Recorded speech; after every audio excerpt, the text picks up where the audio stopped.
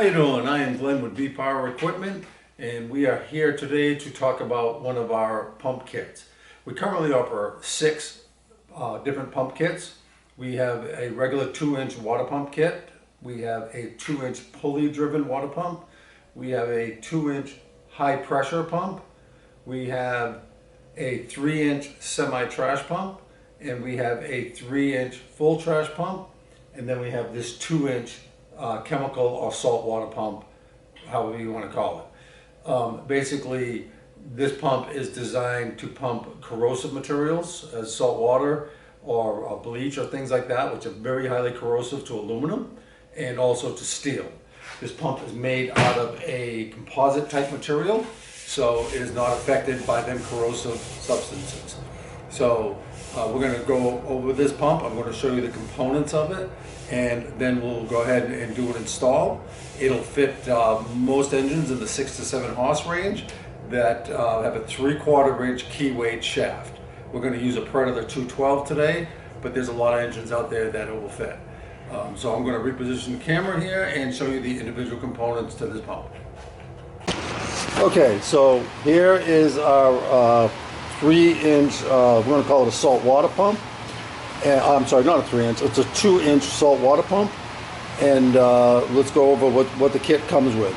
So it comes with the main housing, it comes with the backing plate, it comes with the volute, it comes with the impeller, the O-ring, some miscellaneous bolts, the strainer, and the inlet and outlet coupler along with the washers that go with them. As you can tell, all the pieces are made out of this composite. It is virtually steel free, with the only exception of back here, this seal has some steel in it, and it's just because of the design of the steel mandates it has it. The bad part is there is steel there. The good part about it is these seals are pretty easily replaced. They just pop out, you pop a new one back in. We have them in stock. If I remember right there, they're like $19 for 2 of them or something. They're not very expensive considering replacing a whole pump. So that is the components of the pump. And again, I'm going to reposition the camera now, and we're going to go ahead and go through the install process on this unit. Thank you.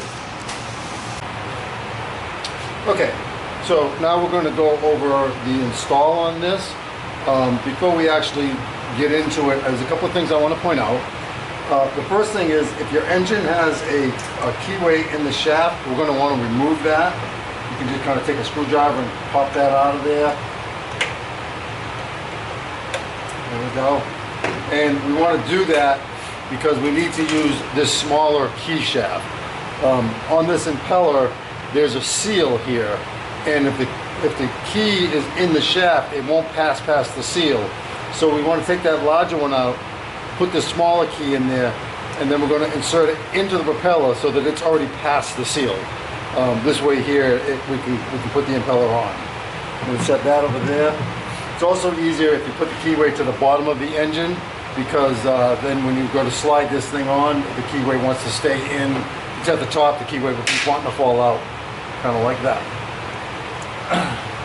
Second thing I want to point out is we're going to put this backing plate on, and then we're going to put the impeller on, and then this goes over it.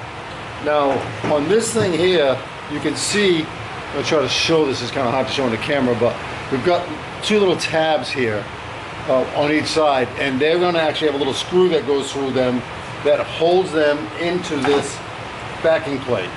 So when this is all on the engine and we go to put this on, we're going to, because we got the little screw holes over here in the backing plate, we're going to want to make sure that this thing is all the way into position, because otherwise if that tab needs to be flush with the mounting, with the screw hole that we're going to screw it to, otherwise you could break that tab off. So if you see like this, it kind of like isn't all the way in here. And I can't show you that because there's no way the camera's going to allow that. But if you kind of push it in, see it clicks in, and now I can look at it and I can see that there's no space between that little tab where we're going to put the screw through and the backing plate, so that it won't break that little tab off when we put the screw on. So when we put this all together on the engine, and we do go to put this volute in the vacuum plate, we just want to make sure that it's all snapped into place like that. Another thing I want to point out, if any of you have watched me run videos before, I use an impact gun a lot, and mainly just because it's quicker and it makes the video quicker.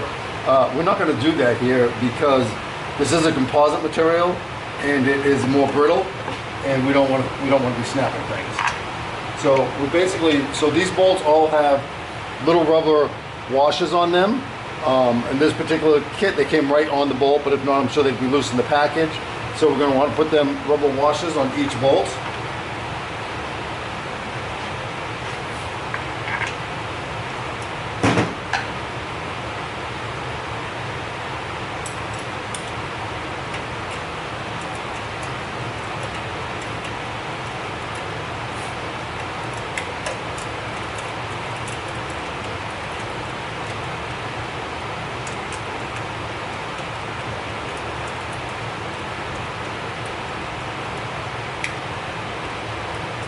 Okay, we're going to get all these 4 bolts in here.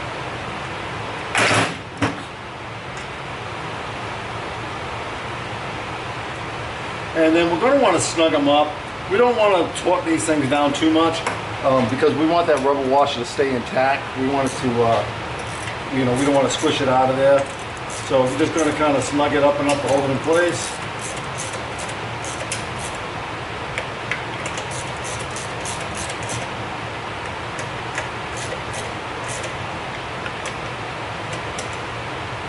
Okay, then we're going to take the impeller and we're going to put that keyway back in again. Then it keeps on to fall out, so we get it in the bottom so we can line it up. There we go. Then we've got the bolt, also has a rubber washer on it. So you can see that there. That's going to be the center bolt for this.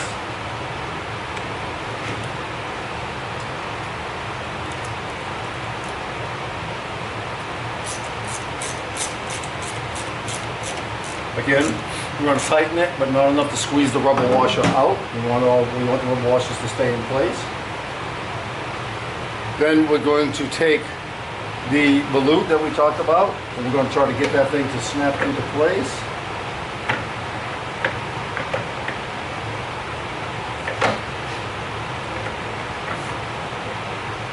So there's little pins for this to sit on, and then we want to just get it to click in. Comes with 2 little screws. The screws are basically just holding this in place for assembly.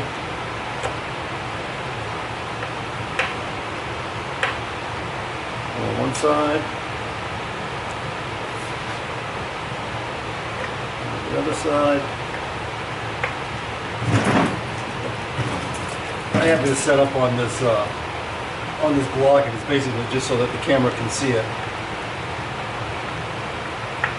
There we go. So now the volute is in. Again, this is actually kind of holds this whole volute in place. The screws are just for assembly reasons. Then we're going to take the flapper and we're going to put that on. Like that. Put that in place. Then we're going to put the O-ring on. And then that's it. We're going to put this on, the housing, line that up.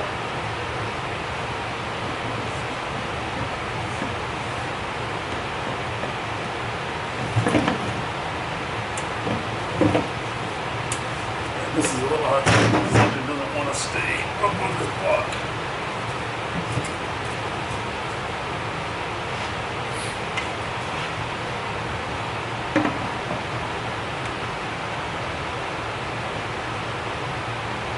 We get the bolt holes to line up as they are now. These bolts have washers for either side, so we're going to want to slide the bolt with a washer through. We're going to want to put on the back side, we're going to want to put a flat washer, then a lock washer, and then a nut.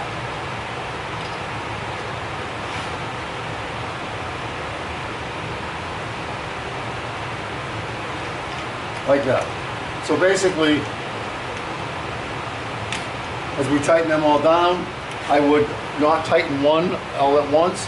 I would snug them all up, go around, snug them all up a little bit again, until we feel that we've got a nice clean, nice good clamp on that. Again, we don't want to be over tightening anything here. It is composite, we don't want to be torquing it down. We just want to snug it up against the O-ring. And again, I would go around in circles. I'm not going to sit here and do all 10 bolts because I don't really feel I need to do that. I think you get the idea. So that's it. Once you put all the 10 bolts in, then the assembly of this is done. So you have, at that point, all you have left is the strainer here, which we want to use. We do not want this pump picking up trash. We don't want rocks or anything going through this because it will definitely damage the pump.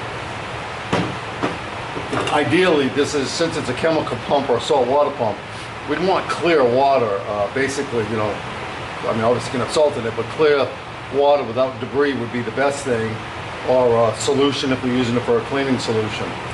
We're going to put a rubber washer in on these on the inside like this, and that's what will seal against that. And so that is basically the install of the pump. The only other things I want to go over is they call these self-priming pumps with all of these. However, you cannot run them dry. So you need to fill it with water before you start it the first time. And then as long as you don't drain it or it doesn't sit around so long that the water evaporates out of it, you wouldn't have to reprime it. So if you filled it all up, you had it running today and tomorrow you need it again, you wouldn't need to fill it again. But if you drained it for any reason down here so it wouldn't freeze or something, or if, like I say, it's been sitting around for a long time, you're going to want to fill it with water again. You never want to run any of these kind of pumps dry. That seal in the back, it uses water to cool it. The only last thing that I'm going to do, because I believe in the beginning of this video I forgot to mention out the specs on this, so I'm just going to run them by one more time. So we got a maximum flow rate of 9,250 gallons per hour. That's a maximum flow rate. We have a maximum lift, how far it can push water, 120 feet. It can pull water about 25 feet. And I just wanted to mention them specs on this. And that is it. If you'd like to purchase one of these, vpowerequipment.com is the place to go. We thank you very much and have a good day.